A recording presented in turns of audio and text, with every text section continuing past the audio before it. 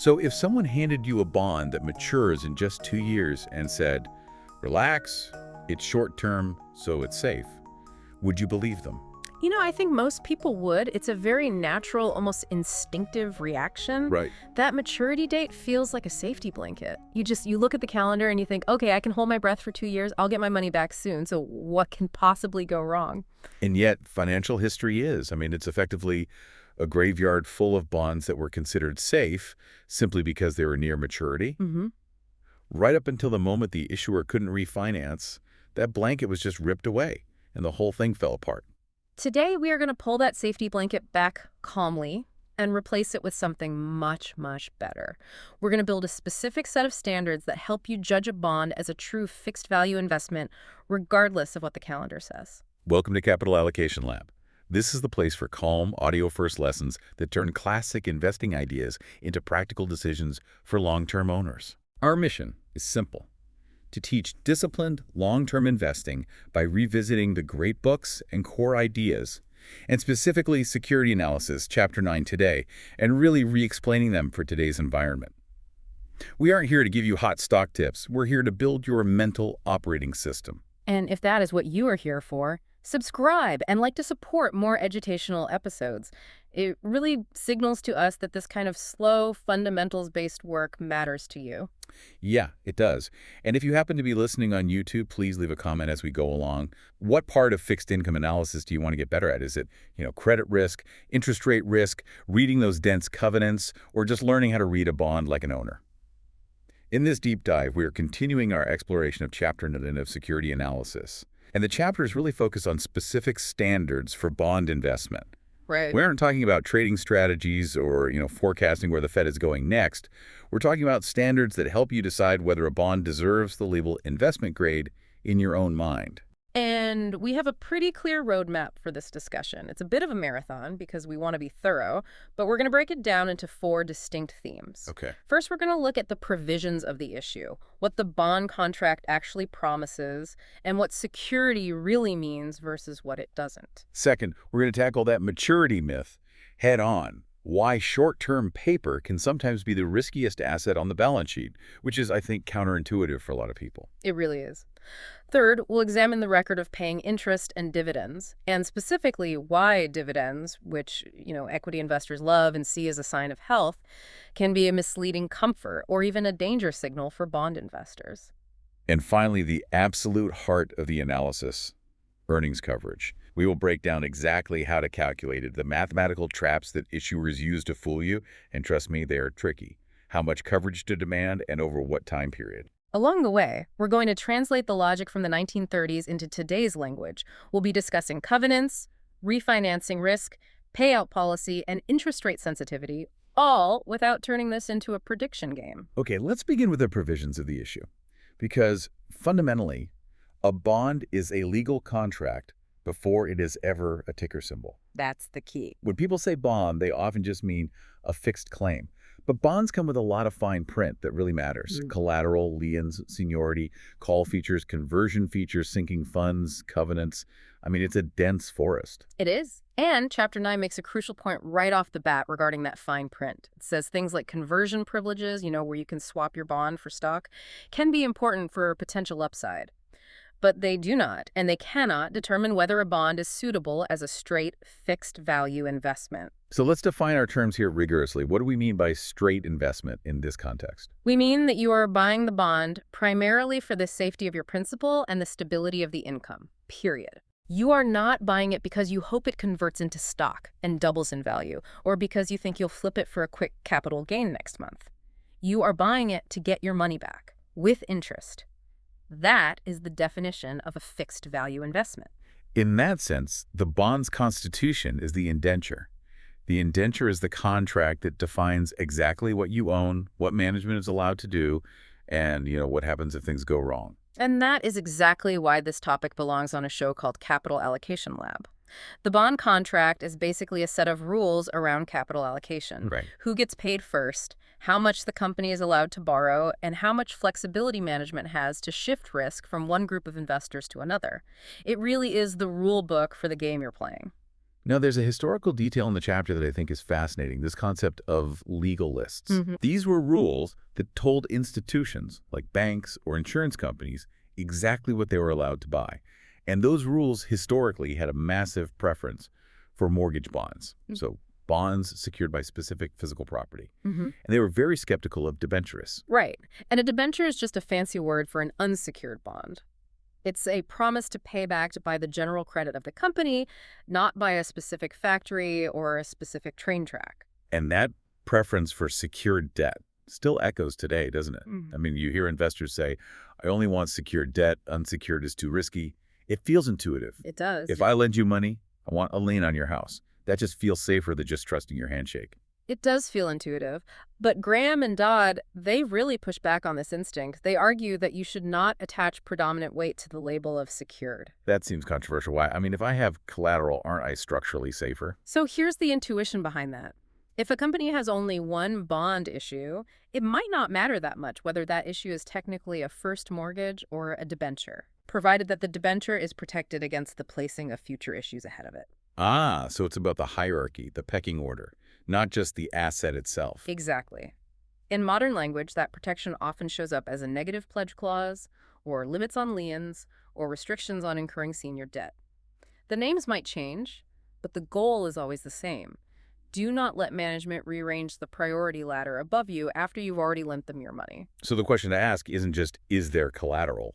The real question is, where are you in the capital structure today, and can management change your position tomorrow? Precisely. A first lien mortgage bond is obviously different from a debenture that sits behind an existing first mortgage. But that is not a secured versus unsecured moral judgment. It's a priority question. A second lien mortgage is also junior. Priority is what matters. I want to dig into this collateral idea a bit more, because I think many retail investors, they think of corporate bonds like a home mortgage. Sure. If I default on my house, the bank takes the house and sells it. It's a clean break. The bank gets the asset. And here is the deeper truth that every investor really needs to internalize. Even the best collateral doesn't pay coupons. Cash flow pays coupons. Right. A factory doesn't write a check. A railroad track doesn't wire funds. Exactly. Collateral can matter in a liquidation scenario, sure, but liquidation is already a failure state. If your investment process relies on liquidation as the primary plan for getting your money back, you are investing in a fixed value instrument. You are underwriting a workout. You're a distress investor. And distress is not a calm place to be. No. Failure is messy, it takes time, it triggers massive legal costs, it disrupts operations, and even senior creditors can get pulled into uncertainty and significant price declines. You might get your money back, but it might take 5 years and you might lose 20% of it in legal fees. That is such a vital distinction. You don't want to be the person standing in court arguing over the value of a factory. You want to be the person cashing the check that came from the factory's profits. Correct. So the mental shift for long-term investors is, don't ask, what do I get if the company fails? Instead, ask, how likely is it that the company can keep meeting its obligations without failing? And that leads to a very practical point for today's market.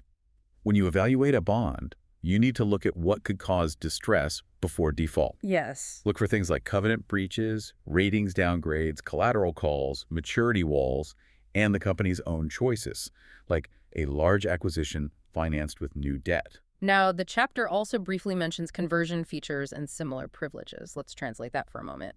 A convertible bond might give you equity upside, but the chapter seems to suggest it can be a distraction. A bills and whistles problem, right? It can be a dangerous distraction. If you are buying a convertible because you think the stock will soar, you are acting like an equity investor, which is fine, strictly speaking. But don't call it a fixed value investment.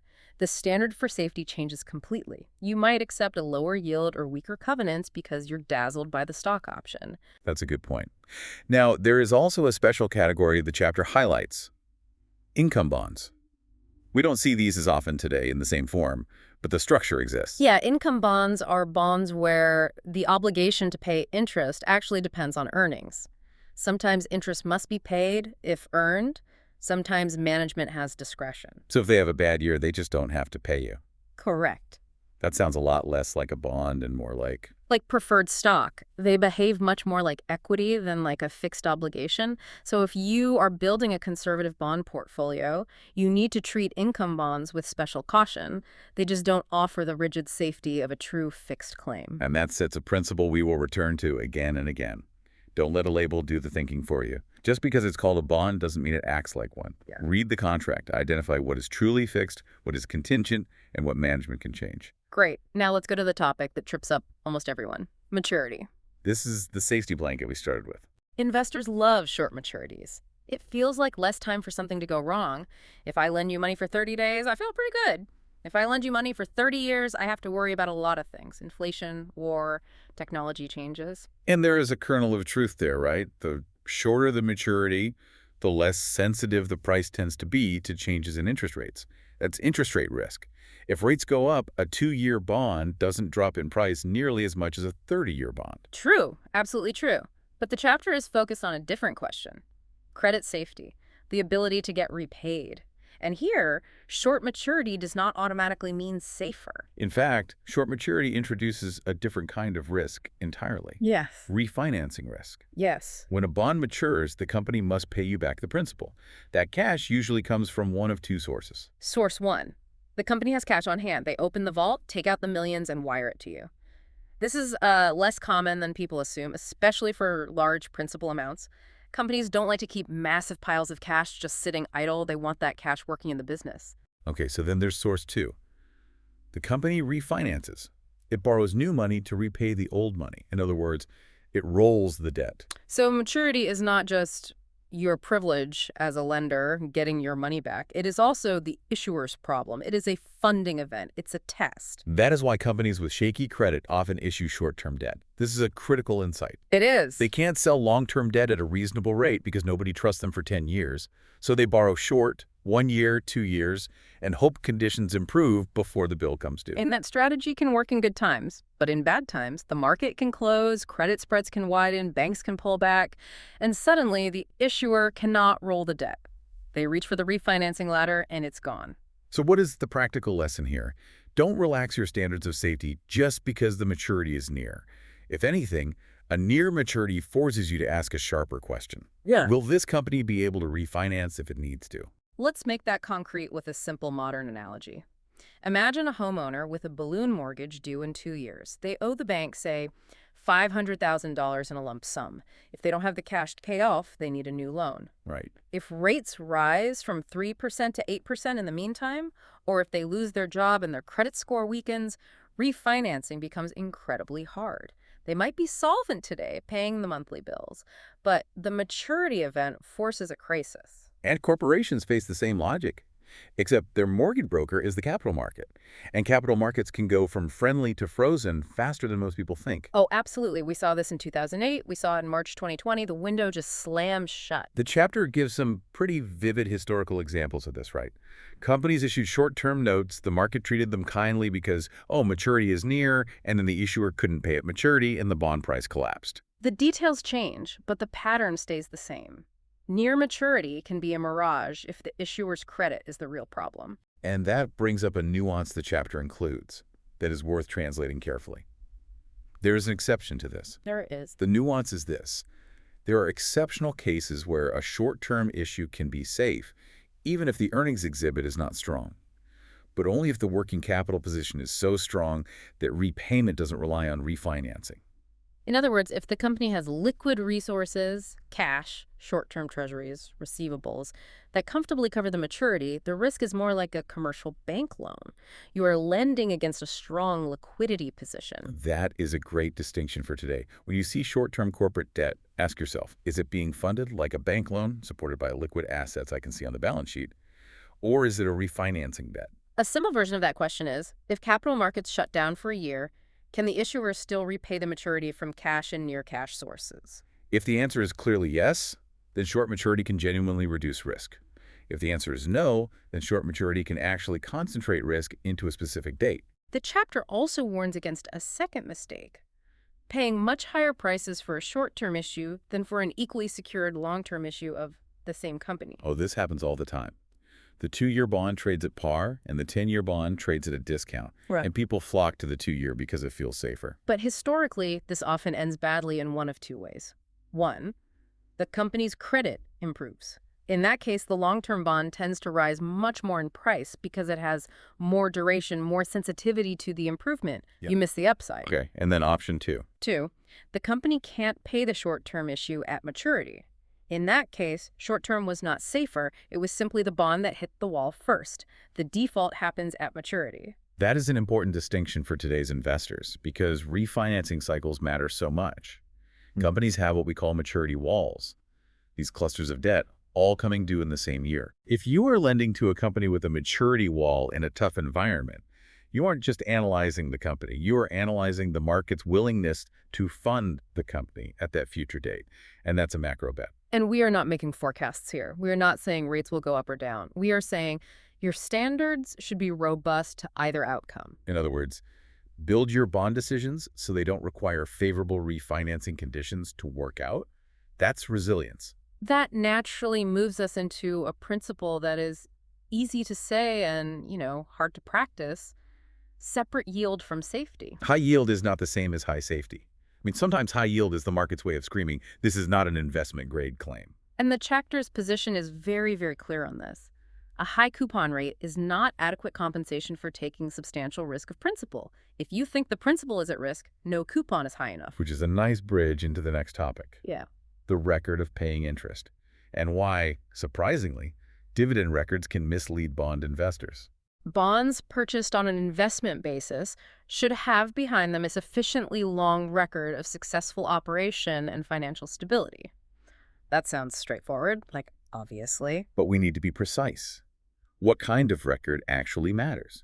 A bond buyer wants evidence of the issuer's ability and willingness to meet obligations across time, including stress periods. Historically, some rules required that certain issuers, especially municipalities, must not have defaulted over a specified number of years in order to be considered legal investments for some institutions. That's an intuitive rule. If someone hasn't missed payments for 20 years, you feel safer.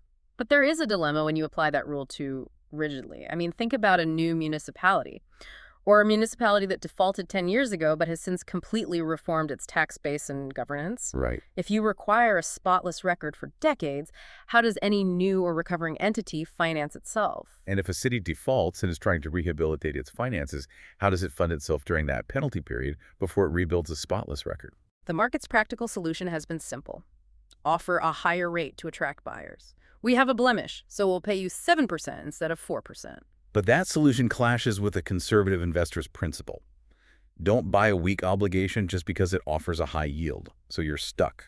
So what is the chapter's suggested way out? If you are going to consider a municipality or issuer with a short or blemished record, you can't rely on time alone as proof. You can't just look at the calendar. You need more stringent analysis of the issuer's finances. So you have to dig into the underlying engine. Revenues versus expenditures, the flexibility to raise revenue like raising taxes or fees. The political willingness to control costs and the relationship between total debt and the economic base. That is hard work. It doesn't fit on a one-line screen or a simple filter. And that is partly the point. Conservative investing often requires doing the work most people skip. Another subtle idea here is the concept of a fresh start. A municipality or an issuer can go through restructuring, maybe even a bankruptcy, cut costs, raise revenues, or restructure debt, and emerge with a fundamentally different, sounder financial position than before. So you can't treat history as destiny. A past default is a warning and a stigma, absolutely. But it can also be part of a process that produces a stronger structure going forward. The investor's job is to judge the new structure, not just the old reputation. Right. Now let's pivot to the part that surprises many investors: dividend records. Many statutes historically required that a company must have paid regular dividends for years for its bonds to be considered eligible investments. The logic was, a company exists to pay dividends. If it pays dividends consistently, it must be healthy. It's a sign of prosperity. But Graham and Dodd call out a key problem. Dividends are only an indication of financial strength. They don't directly benefit the bondholder. In fact, they can actually harm the bondholder. Think about it mechanically.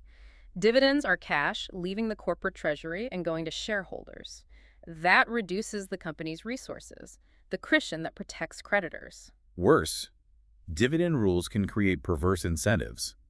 A company might keep paying dividends even when it shouldn't, just to maintain eligibility for bond lists or to avoid admitting weakness to the market. This is a capital allocation lesson disguised as a bond lesson.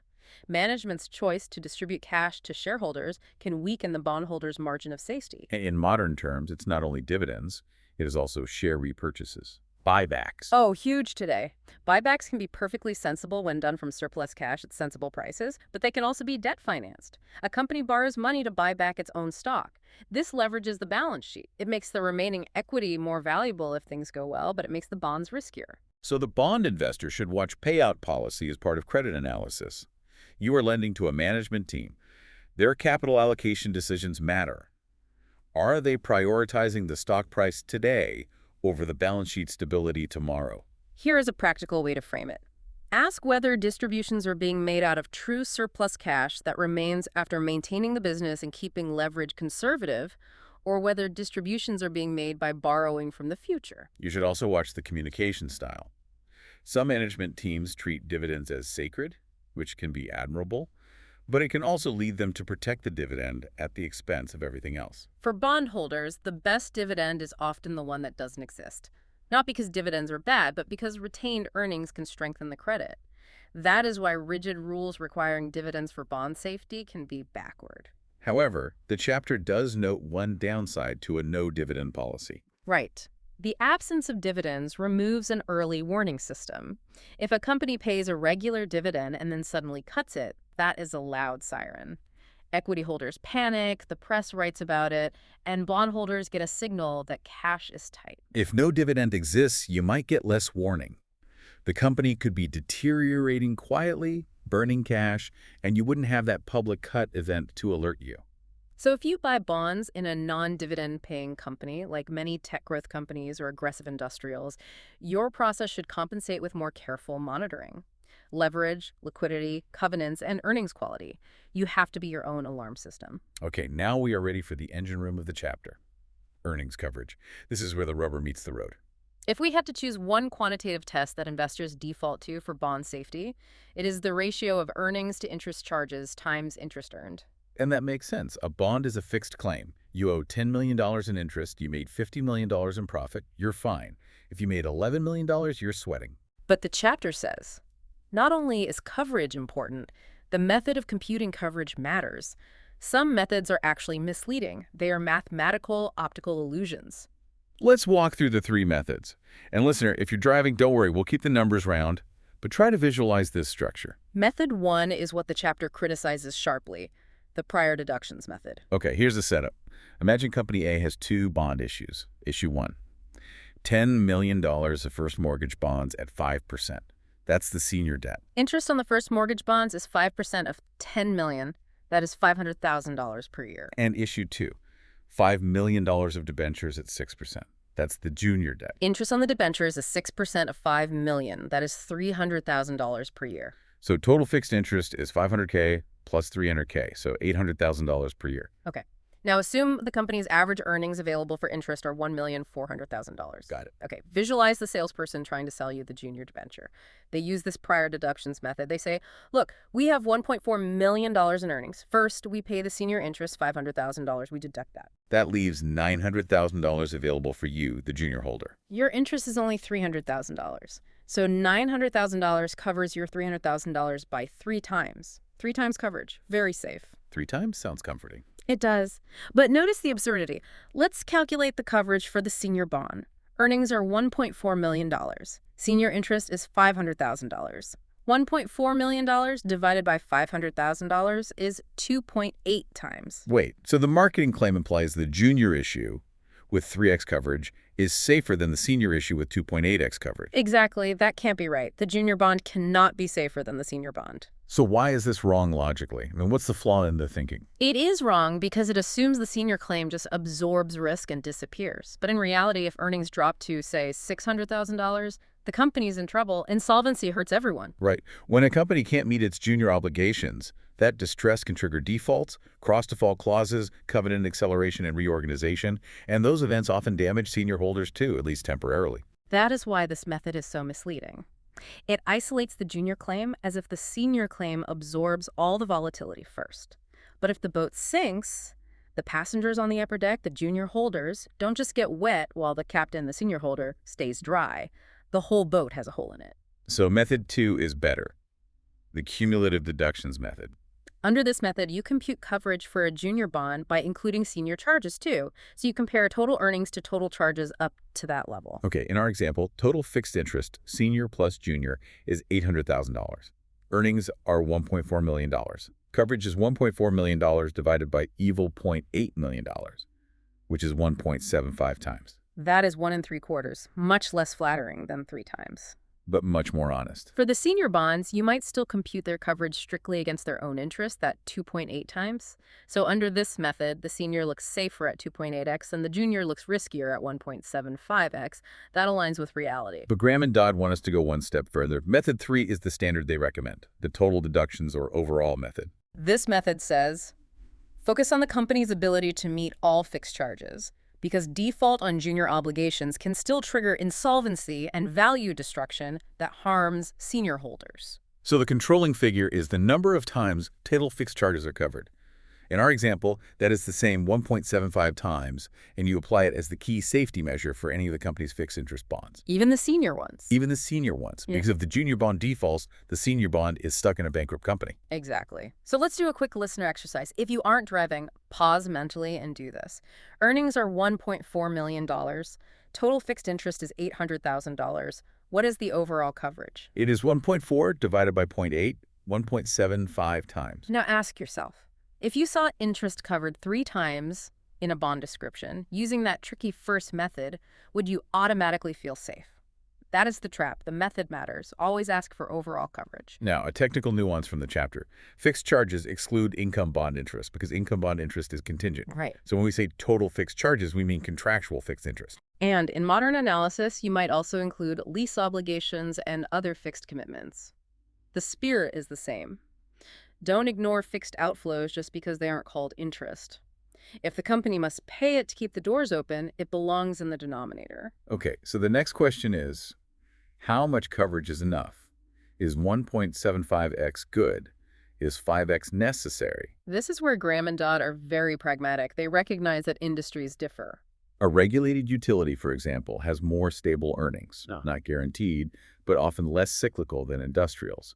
They sell electricity. People buy electricity even in a recession. Railroads historically had their own risk profile heavy fixed costs and the sensitivity to economic conditions, but also, monopolistic roads. And industrials, especially cyclical ones like steel or auto manufacturing, can swing from massive profits to massive losses violently. So the framework recommends minimum coverage levels that scale with stability. In the chapter's suggested standards, and these are rough guides, minimum overall coverages for utilities about 1.75 times. For railroads, about 2 times. And for industrials, about 3 times. And here is a modern translation. If you are lending to a business whose earnings are steady, like a subscription software business or a utility, you can tolerate a lower cushion, though you still want a cushion. If you are lending to a business with cyclical earnings, like a car company or a luxury retailer, you need a larger cushion because the down year is not hypothetical. It is part of the business model. You need enough fat to survive the winter. And this is also where you should resist a common mistake, using a single year of strong earnings to justify thin coverage. Or using adjusted EBITDA that conveniently ignores recurring costs. Coverage should be based on earnings that are truly available to pay creditors, not on a presentation designed to flatter equity holders. This is why it is useful to keep multiple lenses in mind. Accounting earnings, cash flow, and what owner-investors sometimes call owner's earnings, cash that remains after maintaining the business. A company can show accounting profits and still be squeezed if it requires heavy reinvestment just to stay in place. Bondholders ultimately get paid from real cash generation over time. Which brings us to the third aspect of earnings coverage.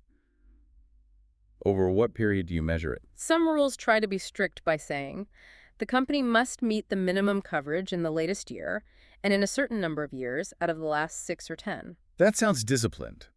But the chapter argues it is poorly suited to a world with recurring depressions, or in modern language, recurring recessions and shocks. Because such a rule encourages the wrong behavior. Invest in bonds during good times when prices are high and earnings look great. and be forced to sell or disqualify bonds during bad times when prices are low and earnings dip. A rigid latest year test can turn your safety rule into a pro-cyclical rule. Buy high, sell low. The chapter's alternative is practical. Focus on average earnings over a period long enough to include adversity. They suggest that 5 years may be too short in many cases. A 7-year average might be a better normal standard. And in some cases, especially after a severe downturn, you might want even longer, 10 or 12 years, to avoid giving depression years too much weight. Or, conversely, to make sure you actually include them properly in the sample. There is also an interesting, slightly complex suggestion for how to deal with severe deficit years in cyclical industries. Right. Suppose you have a company that makes money 9 years out of 10, but in that 10th year, it loses a fortune. If you do a simple arithmetic average, that one bad year destroys the average and makes the company look uninvestable. But is it uninvestable? Or was that bad year a freak event? The chapter suggests, instead of averaging negative numbers at full weight, consider treating deficit years as zero for the purpose of a conservative, realistic coverage estimate. That sounds like you are making the company look better, like you're cooking the books for them. It does, doesn't it? Yeah. So let's be clear about what this is and what it isn't. It is not a trick to justify a risky bond. It is an attempt to estimate normalized earning power when a few catastrophic years would otherwise dominate the average in a way that may not match the future structure of the business. But it must be applied with humility. If the business is structurally impaired, if that deficit year represents the new reality, then treating deficits as zero is self-deception. The method only makes sense when you have evidence the deficits were truly abnormal and not a new normal. Let's work through the chapter's example on this because the math is illuminating. Imagine a company with interest charges of $232,000 per year. Okay, $232,000. And in the current year, its profits are strong. It covers interest by about 10 times. So the latest year looks fantastic. The latest year investor buys it immediately. But now you look back 10 years. You add up the years with positive earnings after interest, 7 years in total, and you get $11.74 million.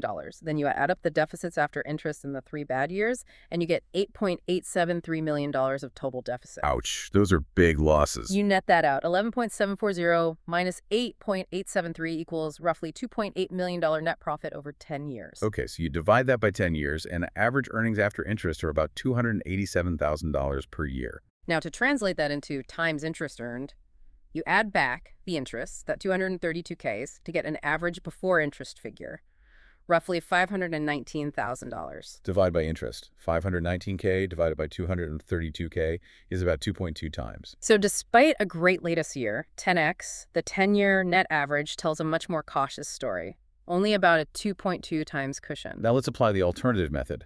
Treat the deficit years as zero instead of negative. Then the total earnings after interest over 10 years would be the same $11.74 million. Because you aren't subtracting the deficits, you're just ignoring them. Divide by 10 years, and the average becomes $1.174 million per year after interest. You add back interest of 232K, you get roughly $1.4 million available. And divide by interest charges the 232K, and you get about 6 times coverage. So you have two very different pictures. A strict net average that says 2.2 times and a revised average that says 6 times. The chapter's judgment is that the revised average might be more realistic if the deficits were anomalous. But the broader point is not always do this. The point is, your period and method should reflect economic reality, not mechanical rules. And as conditions normalize, you can return to a shorter average, say 7 years, that doesn't have the same distortion. Now, beyond averages, the chapter reminds us there are other aspects of the earnings record: trend, minimum, and current figure. Right. A rising trend is attractive. A strong current year is attractive. A consistently decent minimum is attractive. But you can't reduce all of that to a formula. This is where judgment comes in. Here's a practical way to apply it. You demand the minimum average coverage as your baseline. If the trend is unfavorable or the latest figure is weak, you demand an average coverage well above the minimum. In other words, you don't say, trend is down, but average barely passes, so it's fine. You say, trend is down, so I need a bigger margin of safety. That is classic Graham. Margin of safety is not one number. It adjusts with uncertainty. Perfect. Now let's tackle a wrinkle that can confuse even experienced investors: the relationship between coupon rate and coverage. Coverage varies inversely with the coupon rate. I mean, if the same company has the same earnings, a 3% bond has lower interest expense than a 6% bond, so it is easier to cover. That seems obvious, but it has surprising implications. Let's use a clean example. Suppose two companies each have 10 million of bonds outstanding. Each company has $600,000 of earnings available for interest. Identical earnings power. Okay, so Company A's bond coupon is 3%, interest is $300,000, coverage is 600K divided by 300K, exactly 2.02 times. And Company B's bond coupon is 5.5%. Interest is $550,000. Coverage is $600 divided by 550K, about 1.09 times. Wow, same earnings, different coupon rates, totally different safety picture. Company A looks solid at 2x, Company B looks fragile at 1.09x. So the first question, can a bond be considered safe merely because it has a low coupon rate? In a narrow technical sense, safety of paying interest, yes, because the required payment is lower. It's easier to pay a $300 bill than a $550 bill. But safety is indivisible. You can't say, this 5.5% bond is safe as to 3% interest and unsafe as to the extra 2.5%. The company either meets its obligations or it doesn't. If it defaults, you lose principal. Now the second question. What happens if general interest rates rise? A rise in market rates doesn't change the company's contractual obligation on existing low-coupon bonds, at least not until maturity. But it changes two things. One, the market price of long-term low-coupon bonds will fall because investors demand higher yields. That's price risk. And two, if the bond matures in the near term, the issuer may have to refinance at a higher rate. That makes the company's future interest burden heavier, so your safety depends on whether earnings can support that future higher rate. So if an investor thinks rates may rise, the practical conclusion is avoid long-term low-coupon bonds, even if the company is strong, because your principal value can decline a lot. And if you buy short-term bonds, demand enough earning coverage that the company could plausibly refinance at a higher rate without stress. Don't just check if they can pay today's low rate. Check if they can pay tomorrow's market rate. Notice the consistent theme here. Don't let one dimension of risk blind you to the other. Short-term reduces interest rate risk, but can increase refinancing risk. Long-term reduces refinancing frequency, but increases price sensitivity. That is why bond investing is really a two-axis problem. Credit risk, will they pay? And rate risk, what is the money worth? You have to manage both. So the third question is the most practical. Is the low-coupon bond of Company A a better investment than the higher coupon bond of Company B? In strict logic, the higher coupon bond is more attractive, it gives you more income, but only if it remains a fixed obligation without distress. In practice, the higher coupon bond is often issued by a weaker company. Weakness plus a high fixed coupon can be a trap. It leaves little room for error. Meanwhile, the low coupon bond might belong to a stronger company. The low coupon is partly a result of good credit. So you have to integrate coupon rate, issuer strength, maturity, and the likely stability of the rate environment without pretending you can forecast. And here is an owner-like way to think about it. You are lending to a capital allocation machine. If that machine is strong and conservative, it can borrow cheaply and safely. If it is fragile, it pays more to borrow, and that higher payment can make it more fragile. Good credit can create better credit, and bad credit can deepen bad credit. That is the paradox the chapter points out. Okay, we have covered a massive amount of ground. Let's turn all of this into something you can use. A practical bond investor checklist. Let's build the checklist in layers, starting with the contract and ending with the macro sensitivity. Layer 1, the provisions. What is the bond's seniority? Is it secured, and if so, by what? If it is unsecured, is it protected by covenants, specifically a negative pledge clause, that prevent new senior debt from being issued ahead of it? Also, are there features that matter for value but not necessarily for safety call provisions, conversion rights, sinking funds? Don't let the bells and whistles distract you from the foundation. Layer 2, maturity and refinancing. When does it come due? Does the issuer have a realistic plan to repay? Are they relying on rolling the debt? And if refinancing is required, does the issuer have the kind of earnings power and balance sheet that markets and banks tend to support in hard times? Or are they a fair-weather borrower? Layer 3, the record. Has the issuer shown financial stability through a full cycle? For municipalities, does the revenue base and expenditure discipline support debt service, or are they one recession away from a crisis? Layer 4, payout policy. Are dividends or buybacks consuming the cushion that protects bondholders? Is management behaving like stewards of the enterprise or like distributors of cash at the top of the cycle? Layer 5, earnings coverage. Computed on an overall basis, total deductions. How many times do normalized earnings cover total fixed charges? Is that cushion appropriate for the industry's stability? Use the mental minimums in the chapter as anchors. Utilities around 1.75 times, Railroad-style cyclicals around 2 times, industrials around 3 times, and if the business is volatile, demand even more. Layer 6. The period. Don't overtrust a single year. Prefer multi-year averages, 7+ years that include adversity. If there are extreme deficit years, think carefully about whether to net them fully, treat them as zero, or use a longer period, but always be explicit about what you are doing and why. And finally, layer 7, rate sensitivity. If the bond is long-term and low coupon, recognize principal value can fall substantially if market rates rise. If the bond is short-term, recognize refinancing risk if market rates rise or credit weakens. The goal is not to be right about the Fed. The goal is to not be fragile. You want bonds that can survive multiple paths. That is the mindset of a long-term investor. Robustness over precision. Before we wrap up, let's circle back to where we started, that comforting phrase. It matures soon, so it's safe. After today, I hope the better phrase in your head is, it matures soon, so I need to understand the issuer's ability to repay or refinance. Exactly. Safety is not a calendar date. Safety is a capacity. And that is why these old chapters still matter. They force you to think like a lender, not like a quote watcher. Let's recap the big takeaways one last time. 1. Don't overweight the label secured versus unsecured. Your chief reliance is usually the issuer's earning power and overall ability to meet all obligations. 2. Don't relax standards for short maturities. Maturity creates refinancing risk. Near-term repayment is not guaranteed just because it's promised. 3. Dividend records can be misleading for bond safety. Dividends can weaken the balance sheet, and dividend rules can create bad incentives. Watch the cash exiting the door. 4. Earnings coverage is the central quantitative test, but compute it correctly. Ignore the prior deductions marketing trick. Focus on total fixed charges, the overall basis. 5. Use an earnings period that reflects a full cycle. Averages beat mechanical year-by-year tests when the world includes recessions. Be explicit and conservative in handling deficit years. And 6. Understand the coupon rate and interest rate interaction. Low coupon can create technical safety, but it can also create price risk if rates rise. Short-term reduces price risk but raises refinancing risk. That is a lot, but it's a coherent framework. And once you have a framework, you can learn faster from each real bond you analyze. Thanks for joining us on Capital Allocation Lab. Our mission here is to teach disciplines long-term investing by revisiting classic books and core ideas explained clearly in today's context with no hype and no trading signals. If you found this useful, like the episode and subscribe. It really helps us keep these lessons free. Thanks for joining, and tell us what you want next. Do you want an episode on reading bond covenants in plain English? On distinguishing investment grade from story grade? On preferred stocks and hybrids?